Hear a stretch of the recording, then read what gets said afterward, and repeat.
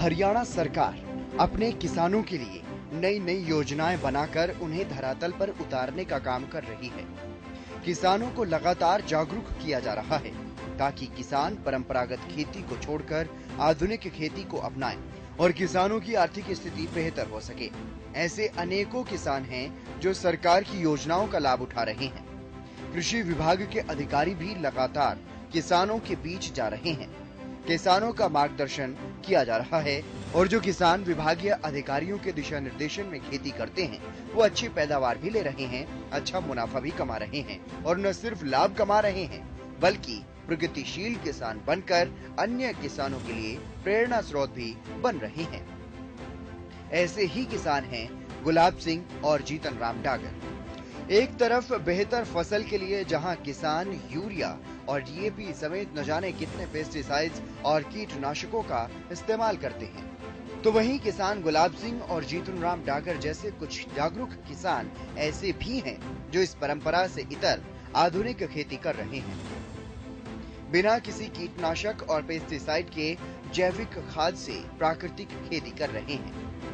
फरीदाबाद के गांव जाजरू के रहने वाले प्रगतिशील किसान गुलाब सिंह पिछले 2 सालों से जैविक खेती कर रहे हैं। इससे न सिर्फ जमीन की उपजाऊ क्षमता बढ़ती है बल्कि पेस्टिसाइड और कीटनाशकों के माध्यम से उगी फसल से जो बीमारियां फैलती हैं उनसे भी बचाव होता है और जैविक खाद से उगाई गई फसलों की डिमांड भी ज्यादा रहती है।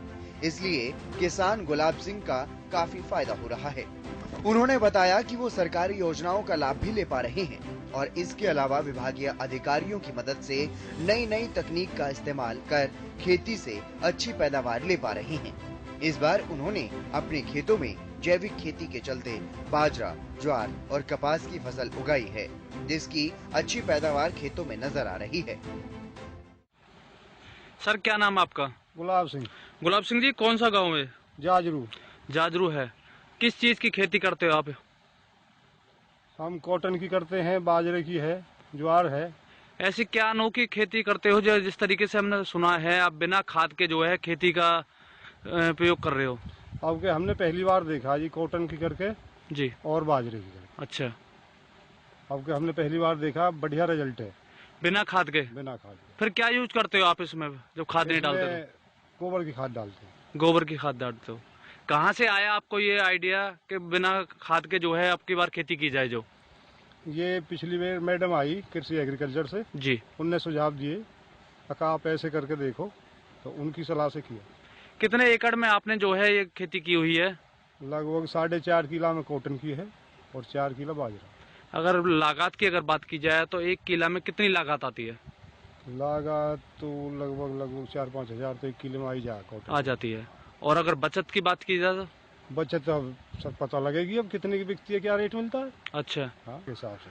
तो सरकार का कितना सहयोग मान रहे हो आप? जी, अब हमें तो मैडम नहीं बताती तो हमें क्या पता है इसका। अच्छा, ये सहयोग तो मतलब माना जाए सरकार की जो योजनाएं हैं, जो अधिकारी हैं वो आपको समय समय पर जागरूक करते हैं? जागरूक करते हैं, जरूर जागरूक करते हैं और उनसे आपको फायदा होता है। हाँ, फायदा। वहीं प्रगतिशील किसान जीतन राम डागर का कहना है कि हरियाणा सरकार की कृषि विभाग से संबंधित सभी योजनाओं का सीधा लाभ उन तक पहुंच रहा है। सरकार की तरफ से उन्हें आगे बढ़ाने की हर संभव कोशिश की जा रही है। विभागीय अधिकारी समय समय पर उनकी मदद भी करते हैं। क्या नाम सर आपका? मेरा नाम जीतन राम डागर। डागर साहब, कौन सा गाँव है और किस चीज की खेती करते हो आप? गाँव जाजरू है मेरा। इस सीजन में हमने कपास और बाजरा लगाया हुआ है। एक अनोखी पहल जो है आपने शुरू की है बिना खाद के खेती करने की। जी। क्या ये आपने पहली बार की है कि पहले से करते आ रहे हो? ये मेरा दूसरा साल है जी। दूसरा साल है। आपको प्रेरणा कहाँ से मिली है किस तरीके की खेती की जाए? देखो जी, ये डॉक्टर लोग और हमारे कृषि अधिकारी भी बताते रहते हैं कि जैसे जैसे हम रासायनिक उर्वरकों का प्रयोग करें तो एक दिन हमारी जमीन की उपजाऊ शक्ति है वो खत्म हो जानी है। अच्छा, तो किसी ना किसी को तो पहल करनी पड़ेगी जी। मैंने भी ये सोचा कि क्यों ना शुरुआत करके देखी जाए। जिस तरीके से हम देख रहे हैं कि तमाम खेतियों के अंदर जो है यूरिया खाद इतनी मात्रा में डाल देते हैं कि जो सब्जी की बात की जाए, फसलों गेहूं धान की बात की जाए तो जो लोगों के शरीर में इफेक्ट कर रहे हैं, लेकिन आपने एक अनोखी पहल शुरुआत की है, तो कितनी कारगर साबित होगी ये? देखो जी, इसमें शुरुआत में पहली साल मुझे घाटा गया जी, और पिछली साल से इस बार फसल अच्छी है, परमात्मा ने चाहा तो कुछ फायदा ही होगा। अब आपने कपास की खेती की हुई है, कितने एकड़ में कर रखी है? मैंने 5 एकड़ कपास लगाई हुई है। 5 एकड़ में। तो कितनी इसमें लागत आती है और मेहनत की अगर बात की जाए और फसलों के मुकाबले कितनी मेहनत है इसमें? देखो जी, मेहनत तो है कपास में। अच्छा, मेहनत तो है, मेहनत तो होती है, लागत कम है, पानी की ज़रूरत कम पड़ती है, खाद तो चलो हम डालते ही नहीं, ऑर्गेनिक खेती कर रहे हैं। कितनी लागत आती है 1 किले की अगर बात की जाए? लागत ये है जी करीब 1600 रुपये का तो एकड़ का वो बीज आता है। अच्छा जी। और अपने यहाँ 1000 रुपये बिजाई वाले लेते हैं, मशीन वाले। फिर इसके चुगने की बात आती है, जब कपास खिलने तैयार हो जाती है खिलकर, तो वो हमें 13-14 रुपये पर किलो के हिसाब से लेबर मिलती है। लेबर मिलती है। हाँ। तो अगर बात की जाए, सरकार ने जो पोर्टल चलाए हुए हैं, क्या उन पोर्टलों से आपको कृषि के लिए कोई जानकारियाँ मिलती हैं क्या? हाँ, कृषि अधिकारी एडीओ वगैरह आते रहते हैं, सेमिनार करते रहते हैं, बताते रहते हैं। अच्छा, हम उनको फॉलो करने की कोशिश करते हैं। अगर बचत की बात की जाए तो कितनी बचत इस खेती में हो जाती है लागत के बाद? लागत इसमें कोई खास नहीं है जी, ऑर्गेनिक खेती में। बचत कितनी है इसमें? हाँ, बजट ऐसा है, काम चल जाता है। अच्छा, मतलब घर का गुजारा चल जाता है? घर का गुजारा चल जाता है। ये मार्केट के ऊपर भी डिपेंड करता है, क्या रेट होता है? क्या रेट मिलता है। सरकार का सहयोग मिल रहा है आपको, नहीं मिल रहा? सरकार का सहयोग ऐसा है जी, कई बार बिजाई के टाइम बीज नहीं मिलता। अच्छा, और सरकार हमें एडीओ वगैरह कृषि अधिकारी जो जानकारी देते हैं, बीजों के बारे में बताते रहते हैं।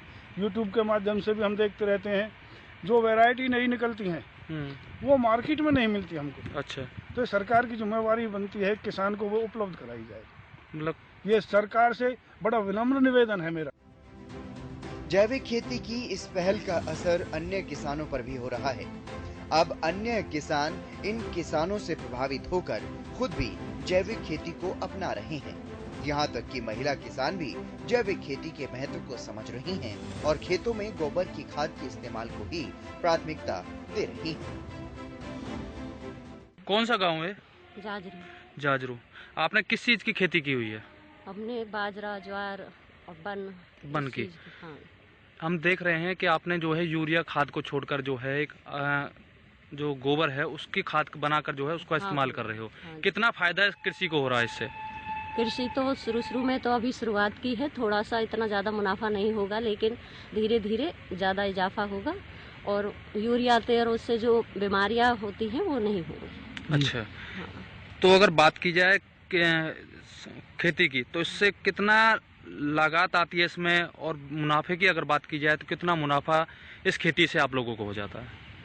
भाई, यूरिया में तो ज़्यादा खर्चा आते हैं जी, और उससे क्या खर्चा तो ज़्यादा है नहीं, पर हाँ हमें फायदा हो रहा है। फायदा हो रहा है। हाँ। सरकार की किस तरीके के सहयोग है आपको? अधिकारी कभी आते हैं आप लोगों को जागरूक हाँ, आते हैं कभी कभी, पर अभी इतना ज्यादा वो नहीं है, अभी शुरुआत ही हुई है। शुरुआत हुई है। हाँ। तो क्या संदेश देना चाहेंगे और किसानों को कि भाई किस तरीके की खेती? हम तो यही कहेंगे कि अपना जैविक खेती करो, यूरिया को और उसको छोड़ो, जो हमारे शरीर सही रहे और देश भी आगे थोड़ा आने वाली जनरेशन थोड़ी तरक्की करे। लगातार जिस तरीके से यूरिया खाद का इस्तेमाल हो रहा है उससे अनेकों बीमारियां लोगों को लग रही हैं। हाँ। लेकिन आपने एक अनोखी पहल की है। हाँ भाई, देखो सही शुरुआत की तो है, अभी पहली बार ही की है। क्या काम करते हैं? जिम्मेदारी करते हैं। जिम्मेदारी करते हैं। कौन कौन सी फसल बोई है आपने अब की बार? धान बोया, ज्वार बोई, बाजरा। तो किस तरीके से बोते हैं? क्या कोई केमिकल का यूज करते हैं या जैविक खेती करते हैं आप? खाली बड्ढा को खाद खेलते हैं, वाकर नहीं दे रहे हैं। यूरिया वगैरह का यूज नहीं करते आप? नहीं करते। यूरिया वगैरह नहीं करते। तो यानी कि जैविक यानी खाद का इस्तेमाल करते हैं, जो बड्ढा जो गोबर होता है। यहाँ में हमें थोड़ी सी फायदा से दिखे, फायदा दिखा। किस तरीके से फायदा आपको लगा इस खेती में? ये ऐसा दिखा है कि मतलब वो वहाँ गेरे उससे बीमारी बहुत फैलती है जी। अब बड्ढा के गेरते हैं तो उसमें बीमारी नहीं रहती है। बीमारी नहीं रहती। तो अब की बार फसल कैसी हुई है? अब की बढ़िया हुई है। तो कब से शुरुआत करी आपने? अभी साल तक कर।